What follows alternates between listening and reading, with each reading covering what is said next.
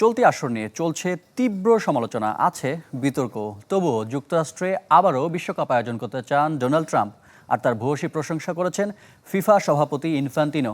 এদিকে ফাইনালে স্পেন কঠিন পরীক্ষা নিলেও এবারও শেষ পর্যন্ত মেসির হাতে উঠবে শিরোপা, এমন ভবিষ্যৎবাণী করেছে পেরুর সামন্স গোষ্ঠী।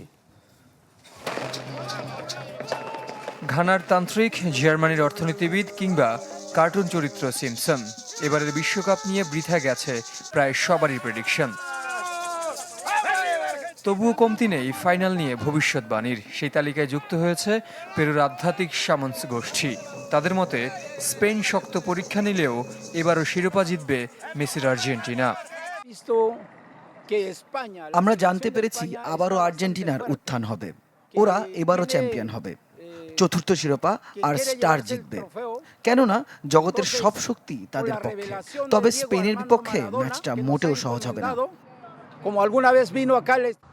ফাইনাল নিয়ে কেটে যাচ্ছে শঙ্কা, স্বাভাবিক হতে শুরু করেছে নিউ ইয়র্কের আকাশ। সেন্সিটিভিটি আমার নাই, আছে হোয়াইট প্লাস প্রো সেন্সিটিভ। দাঁতের সেন্সিটিভিটি ভুলে খান মন খুলে। বৃহস্পতিবার দাবানলের ধোঁয়ায় পুরো শহর ছেয়ে গেলেও শুক্রবার তা অনেকটাই কমেছে। শনিবার সম্ভাব্য বৃষ্টি হলে পুরোপুরি কেটে যাবে। এদিকে আবারও বিশ্বকাপ আয়োজন করতে আগ্রহী যুক্তরাষ্ট্র, জানিয়েছেন দেশটির প্রেসিডেন্ট ডোনাল্ড ট্রাম্প। যদিও চলতি আসর নিয়ে সমালোচনার শেষ নেই, তবে ফিফার সভাপতির দাবি ফুটবল প্রেমীদের সব প্রত্যাশা ছাড়িয়ে গেছে এবারের আসর। ফিফা সভাপতি জিয়ান্নি ইনফান্তিনোর মতো আর কেউ নেই। তাকে বলেছি বিশ্বকাপের জন্য আবারও যুক্তরাষ্ট্রকে বেছে নিতে, তবে এবার মেক্সিকো ও কানাডাকে বাদ দিয়ে।